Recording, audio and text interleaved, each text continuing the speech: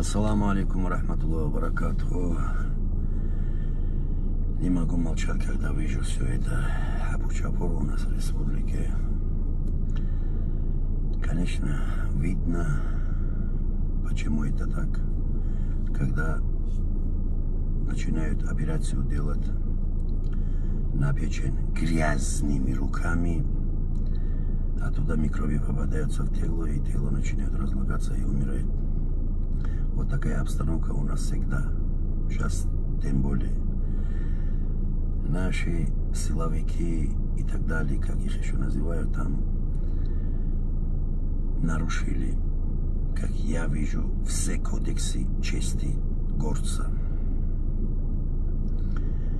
Наши предки, даже когда двое враждуется, дерется с кинжалами в руках или с винтовками, когда между ними женщина свой чохто, платок, снимает, они перестанут враждовать.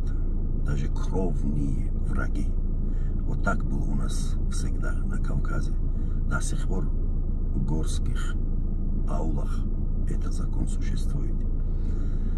Вот такое уважение было у нас к женщинам. А наши силовики, правоохранители, якобы те люди, которые должны беречь народ, охранять народ, защищать народ, то, что творится, наверное, об этом говорить не надо. Это позор и стыд.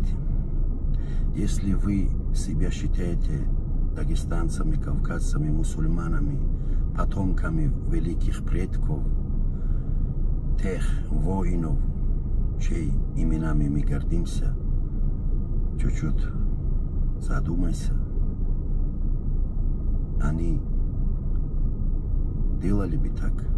Или на каком позиции они стояли бы? К чему они придерживались?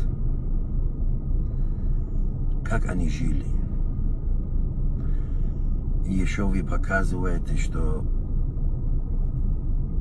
мы, дагестанцы, не любим или не хотим, или боимся, что ли, как-то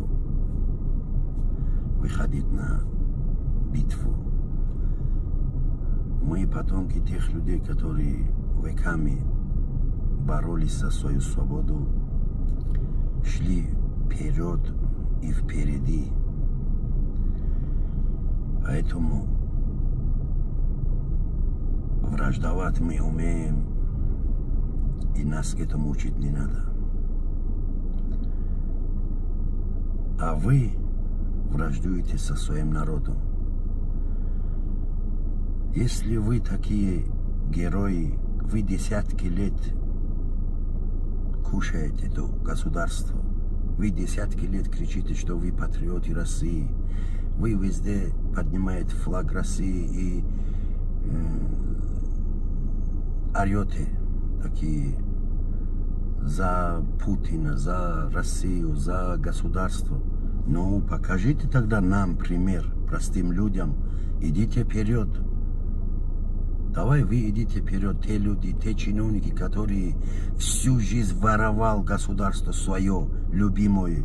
Вы же любите это государство. Вы же везде кричите, что это ваше государство. Мы любим, мы умрем за нее мирные времена. Давай вы идите, покажите нам пример. Мы за вами пойдем тогда. Всегда простой народ, бедолаги, бедные люди, на них, на их шее вы хотите сейчас тоже у себя в домах отсиживаться. Давай вы выходите, вы с нашими сестрами, женщинами враждуете там в городах и поселках. Покажите нам пример, что вы такие герои. Давай идите за свою родину, выходите за свою родину. А мы воевать умеем.